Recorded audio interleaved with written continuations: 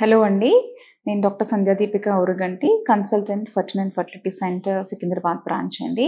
So, ఈరోజు నేను మీతో ఇన్ఫర్టిలిటీలో important thing to observe and ఒక పేషెంట్ డెఫినెట్‌గా ఈ పార్ట్‌ని మనం అబ్జర్వ్ చేయకుండా ఏ ఇన్ఫర్టిలిటీ ట్రీట్మెంట్ ఇవ్వమనమాట. సో, ఏంటిది అనంటే ఎండోమెట్రియం అంటే గర్భాశయం యొక్క లోపల లైనింగ్ అనమాట. సో, నార్మల్‌గా గర్భాశయంలో 3 లేయర్స్ ఉంటాయి. ఒకటి పారామెట్రియం అంటే గర్భాశయం బయట ఉన్నది. మయోమెట్రియం అంటే గర్భాశయం యొక్క వాల్. నెక్స్ట్ ఎండోమెట్రియం గర్భాశయం లోపల ఉన్నది, ఊపల ఉన్న లేయర్. యాజ్ ఎన్ ఇన్ఫర్టిలిటీ స్పెషలిస్ట్ ఎండోమెట్రియం మీదే నా కాన్సంట్రేషన్ అంతా ఉంటుంది. ఎందుకు ఎండోమెట్రియం అంత ఇంపార్టెంట్ అంటే బేబీ ఎంబ్రియో వెళ్ళి ఎండోమెట్రియం మీద అతుక్కోవాలి. అంటే అది మంచి బ్లడ్ సప్లైతో క్వాలిటీ ఎండోమెట్రియం అయి ఉండాలి. అప్పుడే ప్రెగ్నెన్సీ వచ్చే ఛాన్స్ ఎక్కువ ఉంటుంది. సో, అసలు ఎండోమెట్రియం ఏంటి?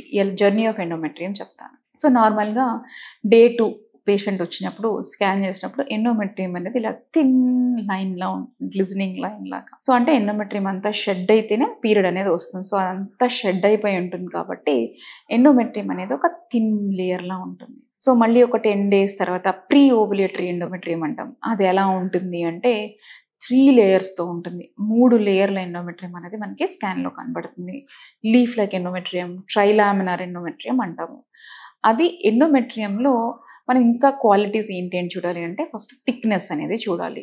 థిక్‌నెస్ బావుంటే ఎంబ్రియో వెళ్ళి ఇంప్లాంట్ అయ్యి సక్సెస్ రేట్ అనేది బావుంటుంది. రెండోది బ్లడ్ సప్లై అనేది చూడాలి. బ్లడ్ సప్లై ఎట్లా ఉంది ఎండోమెట్రియంలో మంచిగా వాస్క్యులర్ ఎండోమెట్రియం ఉందా లేదా అన్నది చూసుకోవాలి. మూడోది పాటర్న్ అన్నమాట. అంటే ఎకోజెనిసిటీస్ ఇన్ ఎండోమెట్రియం అంటాం.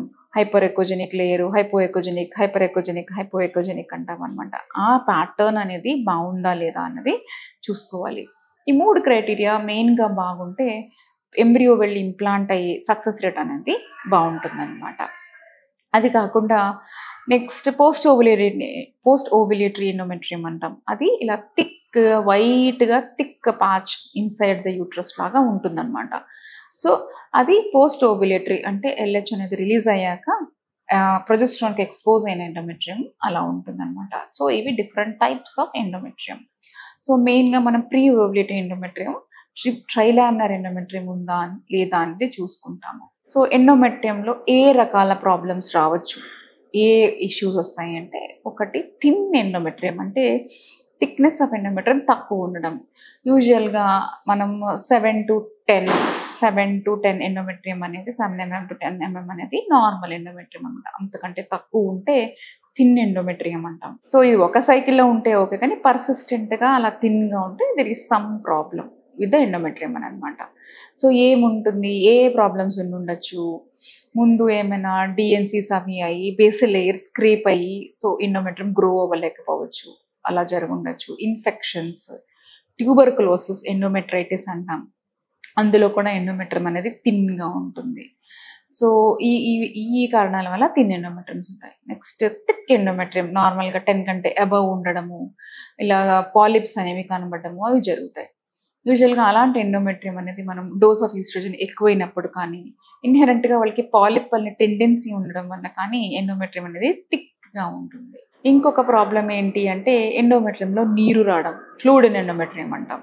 సో, దీనికి ఏం కారణాలు ఉండొచ్చు? దీనికి కూడా ఇన్ఫెక్షన్ ఉండుండొచ్చు. పక్కనే ట్యూబ్స్‌లో ఒక వాపులోంచి ఎండోమెట్రియంలోకి ఫ్లూయిడ్ వస్తూ ఉండుండొచ్చు. సో, ఈ అన్నిటి కారణాల వల్ల ఫ్లూయిడ్ ఇన్ ఎండోమెట్రియం. ఇలాంటి ప్రాబ్లమ్స్ ఏమున్నా ఎంబ్రియో ట్రాన్స్‌ఫర్ సక్సెస్ రేట్ అనేది తక్కువ ఉంటుందన్నమాట. నెక్స్ట్ ఏంటి ఎండోమెట్రియల్ ఎడెహెషన్స్ అంటే ఎండోమెట్రియం అతుకులుగా ఉంటుంది. సో, ఇలా ఎప్పుడు జరుగుతుంది అంటే ట్యూబర్క్యులోసిస్ ఇన్ఫెక్షన్ ఉన్నప్పుడు, లేకపోతే ఏమైనా హిస్టరీ ఆఫ్ సర్జరీస్ ఉన్నప్పుడు, deep scraping of basal layer ఉన్నప్పుడు ఇలా అతుకులుగా ఉంటుంది. సో, ఇలాంటి ఎండోమెట్రియంలో దీన్ని యాషర్‌మ్యాన్ సిండ్రోమ్ అంటాము. ఇలాంటి ఎండోమెట్రియంలో ఎంబ్రియో ట్రాన్స్‌ఫర్ చేసిన సక్సెస్ అయ్యే ఛాన్స్ అనేది నియర్ టు 0 ఉంటుందన్నమాట.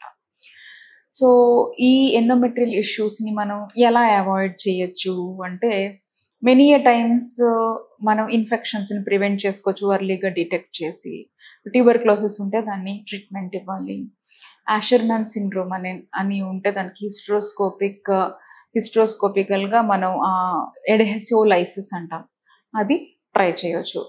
అండ్ ఇంకా థిన్ ఎండోమెట్రియంకి అయితే ఇప్పుడు రీసెంట్గా సో మెనీ ట్రీట్మెంట్స్ వస్తున్నాయండి.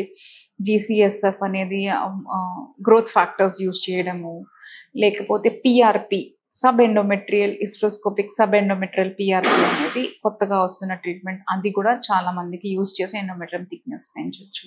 సో ఇలా మనం ట్రీటబుల్ పార్ట్ ఆఫ్ ఎండోమెట్రియంని మనం ట్రీట్ చేసుకోవచ్చు.